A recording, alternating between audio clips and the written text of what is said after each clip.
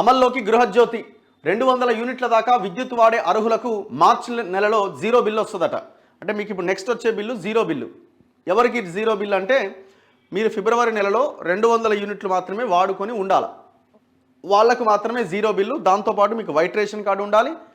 దాంతోపాటుగా మీకు ఏదైతే అభయహస్తం అప్లికేషన్లు వచ్చినా అభయహస్తం అప్లికేషన్లో మాకు 200 యూనిట్ల కరెంటు కూడా మేము అర్హులమైన టిక్ పెట్టి ఉండాలి. సో వాళ్ళకి మాత్రమే వస్తుంది. తెల్ల రేషన్ కార్డే ప్రామాణికం, నిరంతర ప్రక్రియగా దరఖాస్తులు. అంటే ఈసారి తెల్ల రేషన్ కార్డు లేదు, మళ్ళీ నెక్స్ట్ టైం వచ్చింది. సో ఇమీడియట్గా మీరు రేషన్ కార్డు రాగానే వెళ్ళి అప్లై చేసుకోవచ్చట. ఎంపీడీఓ మున్సిపాలిటీ ఆఫీసుల్లో స్వీకరణ, గృహేతర అవసరాలకు వాడితే కేసులు. సర్కార్ అంటే ఒకవేళ కమర్షియల్ దాంట్లో కనుక ఈ పవర్ని యూజ్ చేస్తే కేసులు పెడతారట. సిలిండర్కు ముందస్తు చెల్లింపులు కొద్ది రోజులే, ఆ తర్వాత 500 చెల్లిస్తే చాలు. ఆర్థిక పౌర సరఫరాల శాఖల సమన్వయంతో సబ్సిడీ బదిలీ. మహాలక్ష్మి పథకానికి మార్గదర్శకాలు జారీ. అర్హులై పేరు లేని వారి నమోదుకు ఛాన్స్. మండల కార్యాలయాల్లో గ్యాస్, ఆధార్, రేషన్ కార్డులు ఇస్తే సరి. సో ఏమేం చేయాలన్న దాని విషయంలో వీళ్ళు కొంత క్లారిటీ ఇచ్చే ప్రయత్నం చేస్తూ ఉన్నారు.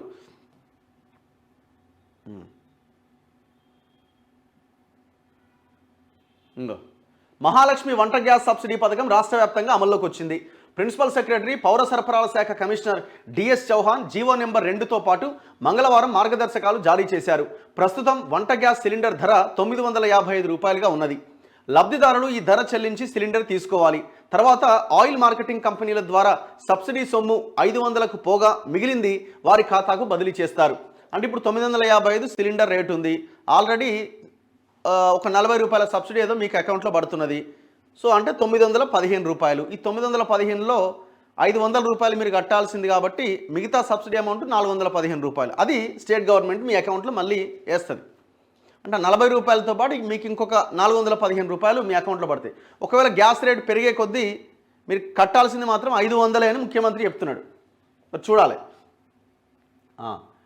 అయితే ఇది కొద్ది రోజుల పాటే ఉంటుందట. ఆ తర్వాత ఆర్థిక పౌర సరఫరాల శాఖల సమన్వయంతో 500 ఇచ్చే సిలిండర్ తీసుకునేలాగా చేస్తామని మార్గదర్శకాల్లో పేర్కొన్నారట. అంటే ప్రస్తుతం అయితే మీ యొక్క నగదు బదిలీ అనేది అకౌంట్లో పడుతుంది.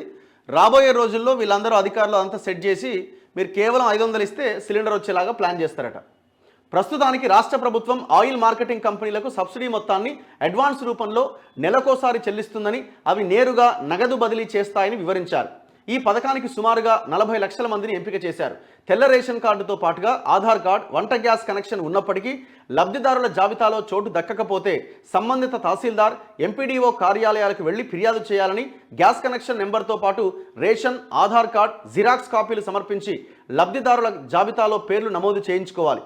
మహాలక్ష్మి పథకాన్ని అర్హులైన ప్రతి ఒక్కరికి అమలు చేస్తామని సీఎం రేవంత్ ప్రకటించిన నేపథ్యంలో లబ్ధిదారుల సంఖ్య మరింత పెరిగే అవకాశాలున్నాయి.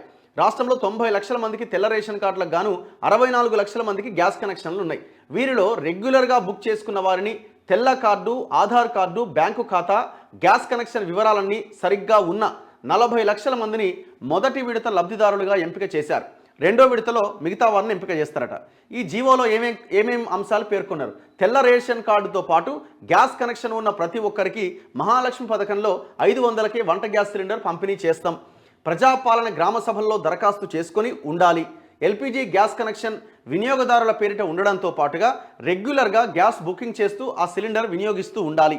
అంటే మీరు ఎప్పుడో పాత సిలిండర్ ఏదో కనెక్షన్ ఇప్పుడు అప్లై చేస్తారంటే కుదరదట. అది లాస్ట్ ఇయర్ అంతా కూడా నడిచి ఉండాలి. గత 3 సంవత్సరాల్లో ఆ కుటుంబం సగటు వినియోగాన్ని తీసుకొని సబ్సిడీ సిలిండర్ కోటా నిర్ణయిస్తారు. లబ్ధిదారులకు సరఫరా అందుతుందా లేదా అని జిల్లా కలెక్టర్లు ఎప్పటికప్పుడు మహాలక్ష్మి పథకాన్ని పర్యవేక్షిస్తారు. ప్రత్యేక కౌంటర్లు ఏర్పాటు చేసి రిజిస్ట్రేషన్, వెరిఫికేషన్, అప్డేషన్ ప్రక్రియ సక్రమంగా జరిగేలా చర్యలు తీసుకుంటారు. అర్హులైన వారికి జాబితాలో చోటు దక్కకపోతే క్షేత్రస్థాయిలో సిబ్బంది ఆ జాబితాలో చేర్పించాలి. ప్రజాపాలన పోర్టల్ ఏర్పాటు చేస్తారు, ఎప్పటికప్పుడు వివరాలు అప్డేట్ చేస్తారు. పాయింట్ ఏంటంటే ఇప్పుడు రేషన్ కార్డు లేని వాళ్ళ పరిస్థితి ఏంది? మరి కొత్త రేషన్ కార్డ్స్ ఎప్పుడు ఇస్తారు? లక్షల మంది అప్లై చేసుకొని రెడీ ఉన్నారు. చాలామంది పెళ్ళిళ్ళు అయిపోయి ఇంతవరకు ఏండ్లు అయిపోతున్నది, రేషన్ కార్డు లేదు. చాలామంది రేషన్ కార్డ్స్లో పేరెంట్స్ ఉన్నారు, పిల్లలు పుట్టిన తర్వాత ఆ పిల్లలు ఎక్కిద్దామంటే ఇంతవరకు అతి గతి లేదు. మరి ఇవన్నీ ఎట్లా? ఫస్ట్ ఆ పని చేయాలి కదా, జనం అడుగుతున్నారు. దాంతోపాటు అమల్లోకి గృహజ్యోతి 200 యూనిట్ల దాకా విద్యుత్ వాడే అర్హులకు మార్చిలో జీరో బిల్ వస్తుందట. ఇది కూడా తెల్ల రేషన్ కార్డే ప్రామాణికం, నిరంతర ప్రక్రియగా దరఖాస్తులు తీసుకుంటారట. గృహేతర అంటే ఇండ్లు కాకుండా వేరే వాటికి కనుక ఈ కరెంటు వినియోగిస్తే కేసులు పెడతారట. ఇగో తెల్ల రేషన్ కార్డుతో పాటుగా ఆధార్ కార్డు ఉండాలి. ప్రజాపాలనలో దరఖాస్తులు చేసుకోని వారు ఎంపీడీఓ మున్సిపల్ కార్యాలయాల్లో దరఖాస్తు చేసుకోవాలి ఇమీడియట్గా. ఒకవేళ అందులో లేకపోతే అప్లై చేసుకోవాలన్నట. ఒకవేళ అందులో అప్లై చేసుకోకపోతే రాదు. హైదరాబాద్లో జిహెచ్ఎంసీ సర్కిల్ కార్యాలయాలకు వెళ్లాల్సి ఉంటుందట. హైదరాబాద్ వాళ్ళు అయితే దరఖాస్తు చేసుకోవడానికి జిహెచ్ఎంసీ సర్కిల్ కార్యాలయాలకు వెళ్ళాలి.